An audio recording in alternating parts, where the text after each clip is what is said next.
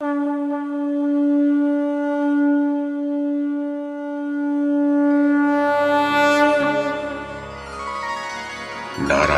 नमस्कृत्य नरं चैव नरोत्तमं देवीं सरस्वतीं व्यासं ततो जयमुदीरयेत्। ओम नमो भगवते वासुदेवाय, ओम नमः पितामहाय, ओम नमः प्रजापतिभ्यः, ओम नमः कृष्णद्वैपायनाय, ओम नमः सर्वविघ्नविनायकेभ्यः।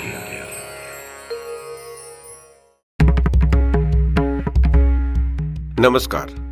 महाभारत कथा श्रृंखला में आपका स्वागत है।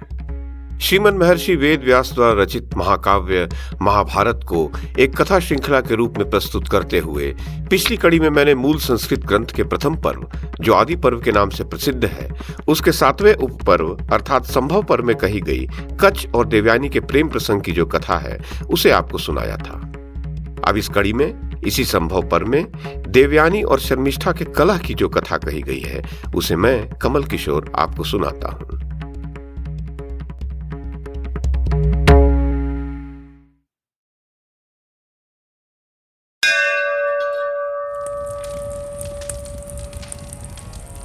वैशंपायन जी कहते हैं, जनमेजय, जब कच्छ मृत संजीवनी विद्या सीख कर आ गए तब देवताओं को बड़ी प्रसन्नता हुई। वे कच्छ से उस विद्या को पढ़कर कृतार्थ हो गए। फिर सबने मिलकर इंद्र से कहा, पुरंदर, अब आपके लिए पराक्रम करने का समय आ गया है। अपने शत्रुओं का संहार कीजिए। संगठित होकर आए हुए देवताओं द्वारा इस प्रकार कहे जाने पर इंद्र बहुत अच्छा कहकर भूलोक में चले गए। वहां एक वन में उन्होंने बहुत सी स्त्रियों को देखा। वह वन चैत्ररथ नामक देवोद्यान के समान मनोहर था। उसमें वे कन्याएं जल क्रीड़ा कर रही थीं। इंद्र ने वायु का रूप धारण करके उनके सारे कपड़े परस्पर मिला दिए। तब वे सभी कन्याएं एक साथ जल से निकलकर अपने अपने अनेक प्रकार के वस्त्र जो निकट ही रखे हुए थे लेने लगी। उस सम्मिश्रण में शर्मिष्ठा ने देवयानी का वस्त्र ले लिया। शर्मिष्ठा वृषपर्वा की पुत्री थी। दोनों के वस्त्र मिल गए हैं इस बात का उसे पता नहीं था। राजेंद्र, उस समय वस्त्रों की अदला बदली को लेकर देवयानी और शर्मिष्ठा दोनों में वहां परस्पर बड़ा भारी क्लेश खड़ा हो गया। देवयानी बोली, अरे दानव की बेटी, मेरी शिष्या होकर तू मेरा वस्त्र कैसे ले रही है? तू सज्जनों के उत्तम आचार से शून्य है, अतः तेरा भला ना होगा। शर्मिष्ठा ने कहा, अरे मेरे पिता बैठे हों या सो रहे हों, उस समय तेरा पिता विनयशील सेवक के समान नीचे खड़ा होकर बार बार वंदी जनों की भांति उनकी स्तुति करता है। तू भिखमंगे की बेटी है। तेरा बाप स्तुति करता और दान लेता है। मैं उनकी बेटी हूं जिनकी स्तुति की जाती है, जो दूसरों को दान देते हैं और स्वयं किसी से कुछ भी नहीं लेते हैं। भिक्षुकी, तू छाती पीट पीट कर रो अथवा धूल में लोट लोट कर कष्ट भोग। मुझसे द्रोह रख या क्रोध कर, मुझे कोई चिंता नहीं है। भिखमंगिन, तू खाली हाथ है, तेरे पास कोई अस्त्र शस्त्र भी नहीं है, और देख ले मेरे पास हथियार है। अतः तू मेरे ऊपर व्यर्थ ही क्रोध कर रही है। यदि लड़ना ही चाहती है तो इधर से भी डटकर सामना करने वाला मुझ जैसा योद्धा मिल जाएगा। मैं तुझे कुछ भी नहीं गिनती। भिक्षुकी, आपसे यदि मेरे विरुद्ध कोई बात कहेगी तो अपनी दासी उसे घसीटवा कर तुझे यहां से बाहर निकलवा दूंगी। वैशंपायन जी कहते हैं, जनमेजय, देवयानी ने सच्ची बातें कहकर अपनी उच्चता और महत्ता सिद्ध कर दी और शर्मिष्ठा के शरीर से अपने वस्त्र को खींचने लगी। यह देख शर्मिष्ठा ने उसे कुएं में ढकेल दिया और अब वह मर गई होगी ऐसा समझकर अपने नगर को लौट गई। वह क्रोध के आवेश में थी, अतः देवयानी की ओर देखे बिना ही वह घर को लौट गई। तदअनंतर नहुष पुत्र ययाति उस स्थान पर आए। उनके रथ के घोड़े भी थक गए थे। वे एक हिंसक पशु को पकड़ने के लिए उसके पीछे पीछे आए थे और क्षुधातुर हो कष्ट पा रहे थे। सो उस जल शून्य कूप को देखने लगे। वहां उन्हें अग्निशिखा के समान तेजस्विनी एक कन्या दिखाई दी, जो देवांगना के समान सुंदरी थी। उस पर दृष्टि पड़ते ही ययाति ने प्रथम तो परम मधुर वचनों द्वारा शांत भाव से उसे आश्वासन दिया और तदोपरांत पूछा, तुम कौन हो? तुम्हारे नख लाल लाल हैं, तुम षोडशी जान पड़ती हो। तुम्हारे कानों के मणिमय कुंडल अत्यंत सुंदर और चमकीले हैं। तुम किसी अत्यंत घोर चिंता में पड़ी हो। आतुर होकर शोक क्यों कर रही हो? तृण और लताओं से ढके हुए इस कूप में कैसे गिर पड़ी? तुम किसकी पुत्री हो? सुमध्य में ठीक ठीक बताओ। देवयानी बोली, जो देवताओं द्वारा मारे गए दैत्यों को अपनी विद्या के बल से जिलाया करते हैं, उन्हीं शुक्राचार्य की मैं पुत्री हूं। निश्चय ही उन्हें इस बात का पता नहीं होगा कि मैं इस दुरावस्था में पड़ी हूं। तुम कौन हो जो मेरा परिचय पूछते हो? यहां तुम्हारे आगमन का कारण क्या है, बताओ। ययाति ने कहा, भद्रे, मैं राजा नहुष का पुत्र ययाति हूं। एक हिंसक पशु को मारने की इच्छा से इधर आ निकला। थका मादा जल पीने यहां आया और तिनकों से ढके हुए इस कूप में गिरी हुई तुम पर दृष्टि पड़ी। देवयानी बोली, महाराज, लाल नख और अंगुलियों से युक्त यह मेरा दाहिना हाथ है। इसे पकड़कर आप इस कूप से मेरा उद्धार कीजिए। मैं जानती हूं आप उत्तम कुल में उत्पन्न हुए नरेश हैं। मुझे यह भी ज्ञात है कि आप परम शांत स्वभाव वाले पराक्रमी तथा यशस्वी वीर हैं। अतः इस कूप में गिरी हुई मुझ अबला का आप यहां से उद्धार कीजिए। वैशंपायन जी कहते हैं, जनमेजय, तदनंतर नहुष पुत्र राजा ययाति ने देवयानी को ब्राह्मण कन्या जानकर उसका दाहिना हाथ अपने हाथ में ले उसे उस कूप से बाहर निकाला। विवेक पूर्वक कूप से बाहर करके राजा ययाति उससे बोले, भद्रे, अब जहां इच्छा हो जाओ, तुम्हें कोई भय नहीं है। राजा ययाति के ऐसा कहने पर देवयानी ने कहा, तुम मुझे शीघ्र अपने साथ ले चलो, क्योंकि तुम मेरे प्रियतम हो। तुमने मेरा हाथ पकड़ा है, अतः तुम ही मेरे पति होगे। देवयानी के ऐसा कहने पर राजा बोले, भद्रे, मैं क्षत्रिय कुल में उत्पन्न हुआ हूं और तुम ब्राह्मण कन्या हो, अतः मेरे साथ तुम्हारा समागम नहीं होना चाहिए। भगवान शुक्राचार्य संपूर्ण जगत के गुरु हैं और तुम उनकी पुत्री हो, अतः मुझे भी उनसे डर लगता है। तुम मुझ जैसे तुच्छ पुरुष के योग्य कदापि नहीं हो। देवयानी बोली, नरेश्वर, यदि तुम मेरे कहने से मुझे आज साथ नहीं ले जाना चाहते तो मैं पिताजी के द्वारा भी तुम्हारा ही वरण करूंगी।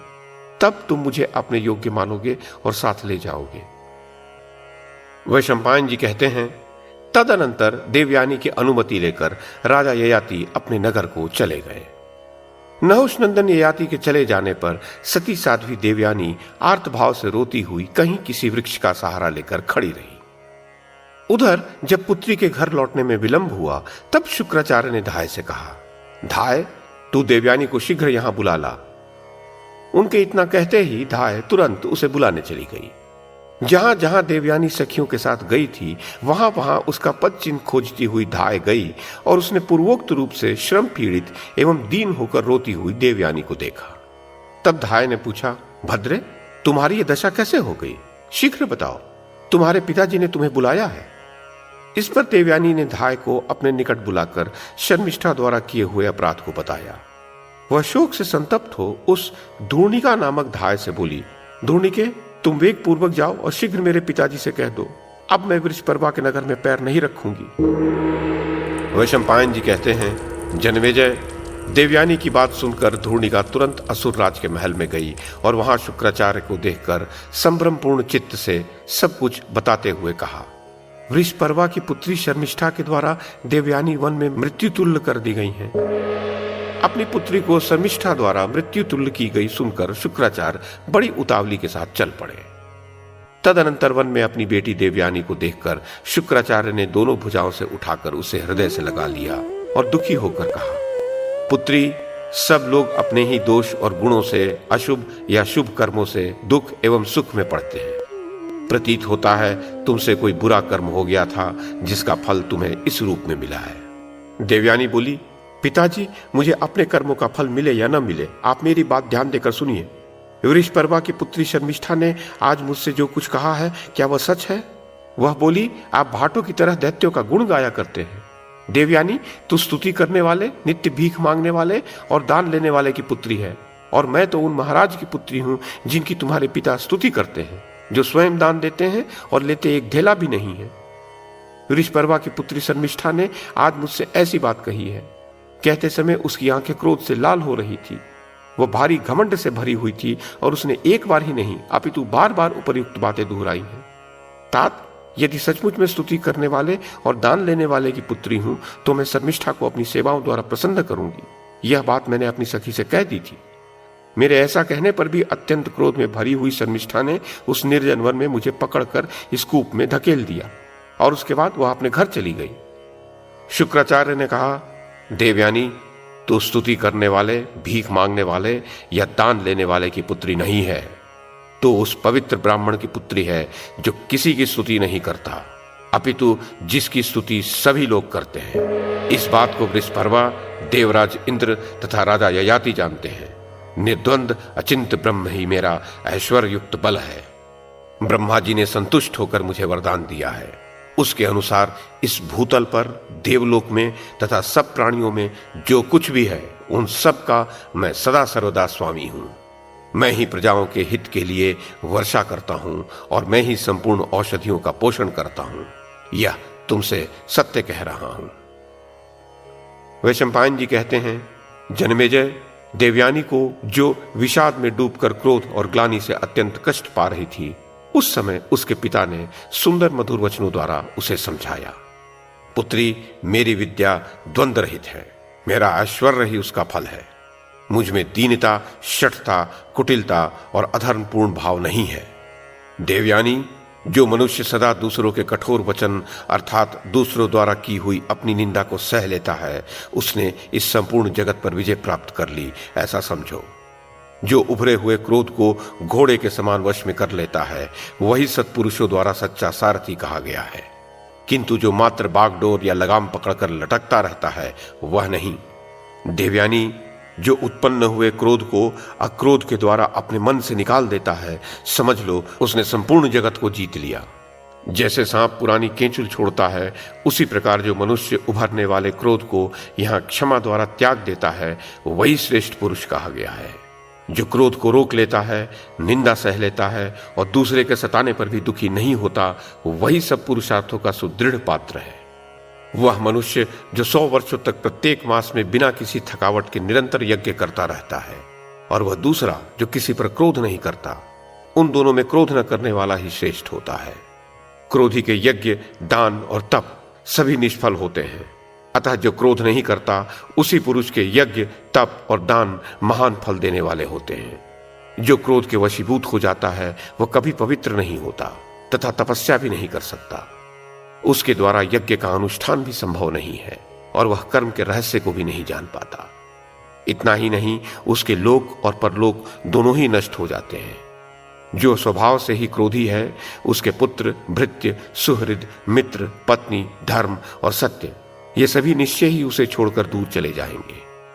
अबोध बालक और बालिकाएं अज्ञानवश आपस में जो वैर विरोध करते हैं, उसका अनुकरण समझदार मनुष्यों को नहीं करना चाहिए, क्योंकि वे नादान बालक दूसरों के बलाबल को नहीं जानते। देवयानी ने कहा, पिताजी, यद्यपि मैं अभी बालिका हूं, तथापि धर्म अधर्म का अंतर समझती हूं।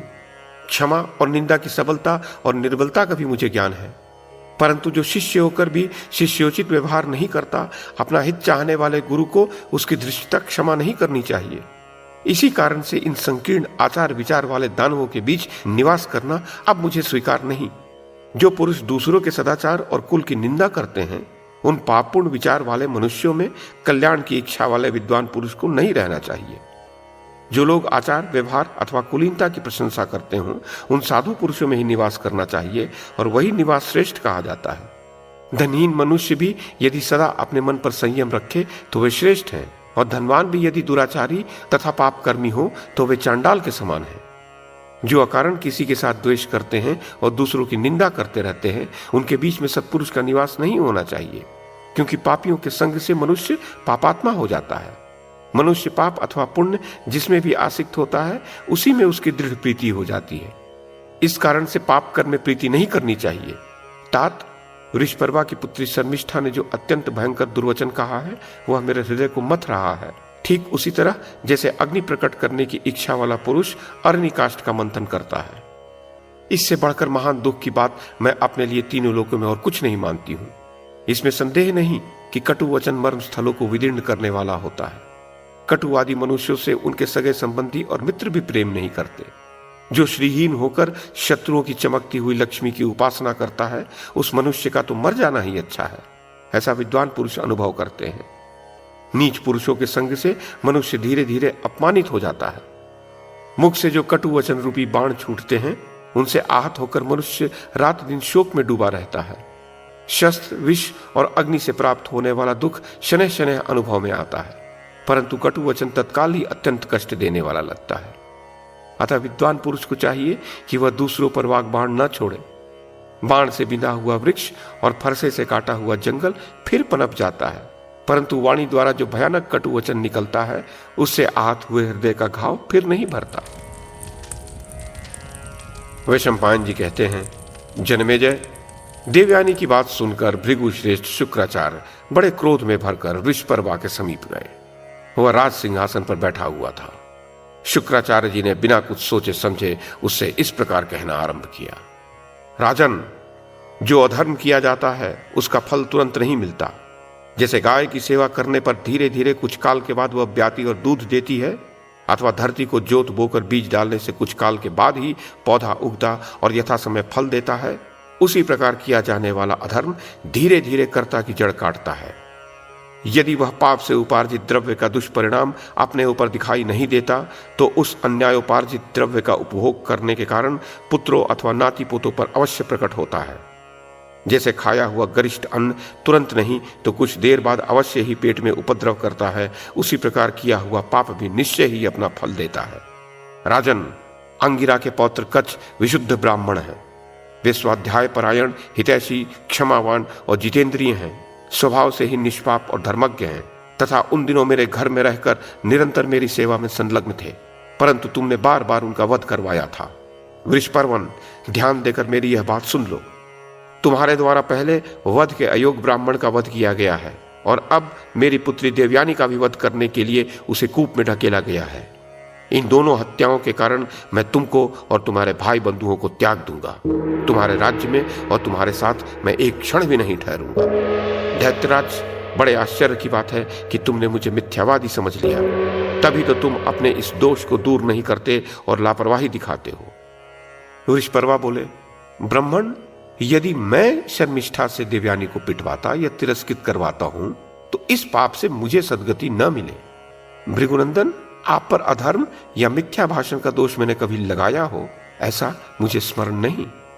आप में तो सदा धर्म और सत्य प्रतिष्ठित हैं, अतः आप हम लोगों पर कृपा करके प्रसन्न होइए। भार्गव, यदि आप हमें छोड़कर चले जाते हैं तो हम सब लोग समुद्र में समा जाएंगे। हमारे लिए दूसरी कोई गति नहीं है। यदि आप मुझे छोड़कर देवताओं के पक्ष में चले जाएंगे तो मैं भी सर्वस्व त्याग कर जलती हुई अग्नि में कूद पड़ूंगा। शुक्राचार्य ने कहा, असुरों, तुम लोग समुद्र में समा जाओ अथवा चारों दिशाओं में भाग जाओ। मैं अपनी पुत्री के प्रति किया गया प्रिय व्यवहार नहीं सह सकता, क्योंकि वह मुझे अत्यंत प्रिय है। अतः तुम देवयानी को प्रसन्न करो, क्योंकि उसमें मेरे प्राण बसते हैं। उसके प्रसन्न हो जाने पर इंद्र के पुरोहित बृहस्पति की भांति मैं तुम्हारे योगक्षेम का वहन करता रहूंगा। वृषपर्वा बोले, भृगुनंदन, असुरेश्वरों के पास इस भूतल पर जो कुछ भी संपत्ति तथा हाथी घोड़े और गाय आदि पशुधन है, उसके और मेरे भी आप ही स्वामी हैं। शुक्राचार्य ने कहा, दैत्यराजों का जो कुछ भी धन वैभव है, यदि उसका स्वामी मैं ही हूं तो उसके द्वारा इस देवयानी को प्रसन्न करो। वैशंपायन जी कहते हैं, जन्मेजय, शुक्राचार्य के ऐसा कहने पर वृषपर्वा ने उनकी आज्ञा मान ली। तदनंतर दोनों देवयानी के पास गए और महाकवि शुक्राचार्य ने वृषपर्वा की कही हुई सारी बात कह सुनाई। तब देवयानी ने कहा, तात, आप राजा के धन के स्वामी हैं, यह बात आपके कहने से मैं नहीं मानूंगी। राजा स्वयं कहे तभी मुझे विश्वास होगा। वृषपर्वा बोले, पवित्र मुस्कान वाली देवयानी, तुम जिस वस्तु को पाना चाहती हो वह यदि दुर्लभ भी हो तो भी मैं तुम्हें अवश्य दूंगा। देवयानी ने कहा, मैं चाहती हूं शर्मिष्ठा 1,000 कन्याओं के साथ मेरी दासी होकर रहे और पिताजी जहां मेरा विवाह करे वहां भी वह मेरे साथ जाए। यह सुनकर वृषपर्वा ने धाय से कहा, धात्री, तुम उठो, जाओ और शर्मिष्ठा को शीघ्र बुला लाओ एवं देवयानी की जो कामना है उसे वह पूर्ण करे।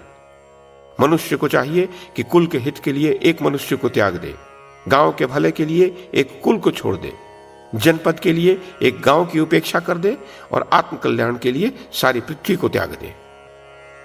वैशंपायन जी कहते हैं, तब धाय ने शर्मिष्ठा के पास जाकर कहा, भद्रे शर्मिष्ठे, उठो और अपने जात भाइयों को सुख पहुंचाओ। पाप रहित राजकुमारी, आज बाबा शुक्राचार्य देवयानी के कहने से अपने शिष्य यजमानों को त्याग रहे हैं, अतः देवयानी की जो कामना हो वह तुम्हें पूर्ण करनी चाहिए। शर्मिष्ठा बोली, यदि इस प्रकार देवयानी के लिए ही शुक्राचार्य जी मुझे बुला रहे हैं तो देवयानी जो कुछ चाहती है वह सब आज से मैं करूंगी। मेरे अपराध से शुक्राचार्य जी न जाएं और देवयानी भी मेरे कारण अन्यत्र जाने का विचार न करें। वैशंपायन जी कहते हैं, जन्मेजय, तदनंतर पिता की आज्ञा से राजकुमारी शर्मिष्ठा शिबिका पर आरूढ़ हो तुरंत राजधानी से बाहर निकली। उस समय वह 1,000 कन्याओं से घिरी हुई थी। शर्मिष्ठा बोली, देवयानी, मैं 1,000 दासियों के साथ तुम्हारी दासी बनकर सेवा करूंगी और तुम्हारे पिता जहां भी तुम्हारा विवाह करेंगे वहां तुम्हारे साथ चलूंगी। देवयानी ने कहा, अरे, मैं तो स्तुति करने वाले और दान लेने वाले भिक्षुक की पुत्री हूं और तुम उस बड़े बाप की बेटी हो जिसकी मेरे पिता स्तुति करते हैं, फिर मेरी दासी बनकर कैसे रहोगी? शर्मिष्ठा बोली, जिस किसी उपाय से भी संभव हो अपने विपदग्रस्त जात भाइयों को सुख पहुंचाना चाहिए, अतः तुम्हारे पिता जहां तुम्हें देंगे वहां मैं भी तुम्हारे साथ चलूंगी। वैशंपायन जी कहते हैं, नृपश्रेष्ठ, जब ऋषपर्वा की पुत्री ने दासी होने की प्रतिज्ञा कर ली तब देवयानी ने अपने पिता से कहा, पिताजी, अब मैं नगर में प्रवेश करूंगी। अब मुझे विश्वास हो गया कि आपका विज्ञान और आपकी विद्या का बल अमोघ है। वैशंपायन जी कहते हैं, जन्मेजय, अपनी पुत्री देवयानी के ऐसा कहने पर महायशस्वी द्विजश्रेष्ठ शुक्राचार्य ने समस्त दानवों से पूजित एवं प्रसन्न होकर नगर में प्रवेश किया।